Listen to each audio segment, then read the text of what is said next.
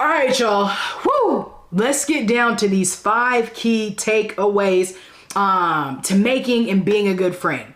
Number 1, always start with self-awareness. Never shapeshift. Be you.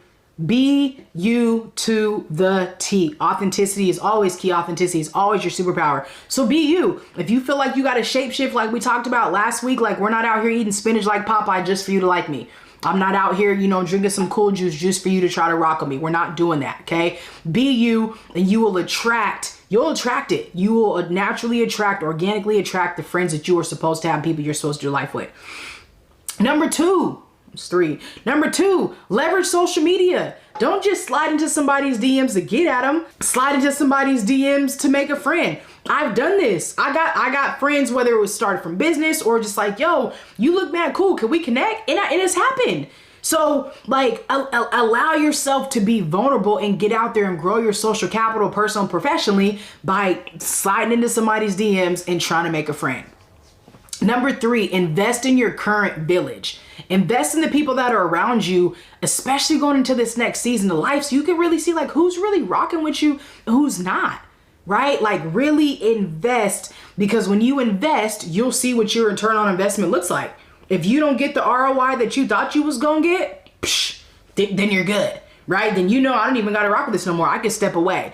Or we no longer have to do life, and you can go from being a friend to being an acquaintance. And I think that is something that's really important for you to do, because as you grow in your self-awareness, you're going to also get more aware of your nervous system and your energy and how certain people make you feel. So invest in the friendships that you have right now so you can see, where are we? Okay, this doesn't work. We're not really in alignment anymore. Like that season is past. Like you got to know, and you're not going to know without them. 4, with these friendships, as you're investing, you got to figure out how y'all communicate best. I have a brother, and one of our best communications is via voice message. It's voice message, but it's also like, bruh, just so you know, I can't sit here all day and get right back to these joints, but voice messaging is one of the best things that invented, because that works for me and some of my friends. I have other friends where it's like, we know when we can communicate, how we communicate, and if it takes 4 or 5 days or a week to get back, there's no trip involved, because we understand that bosses are busy,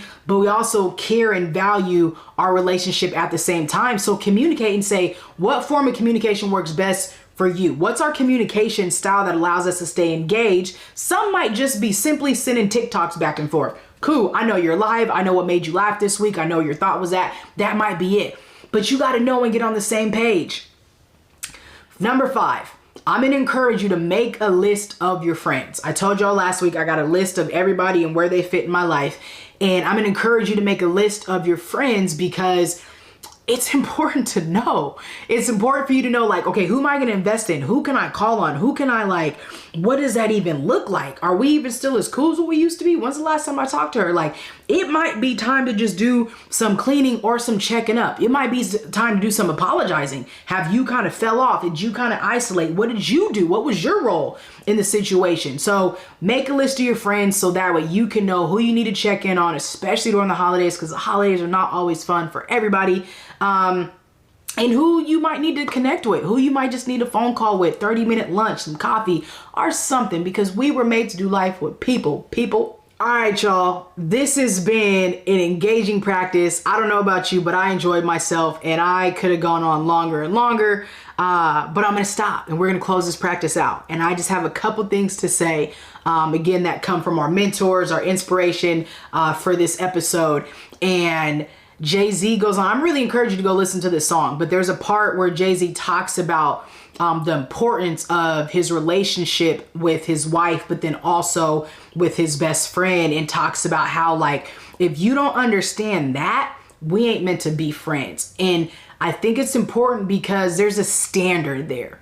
Have a standard for the people that you are willing to do life with. Have a standard.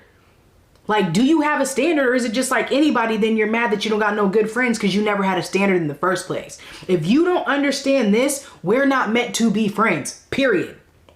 Again, I'm talking to you and I'm talking to me, right? The other thing is, Beyonce said it, and I'm just like, this is why her friends are goals.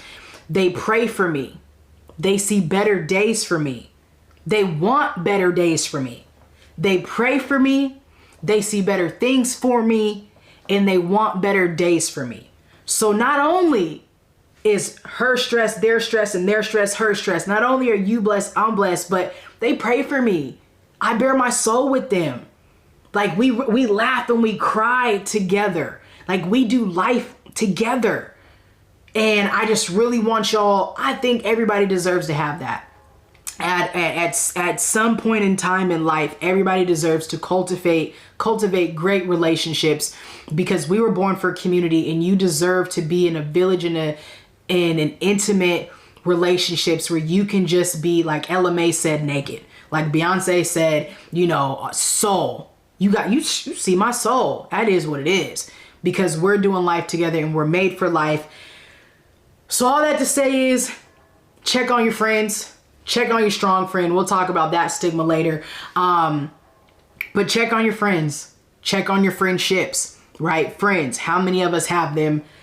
And remember, you are worthy of having good friendships. So this is episode 7. We talk about friendships.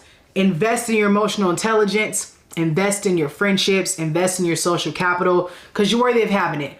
I'm your host, Coach Rees. Until next time, peace.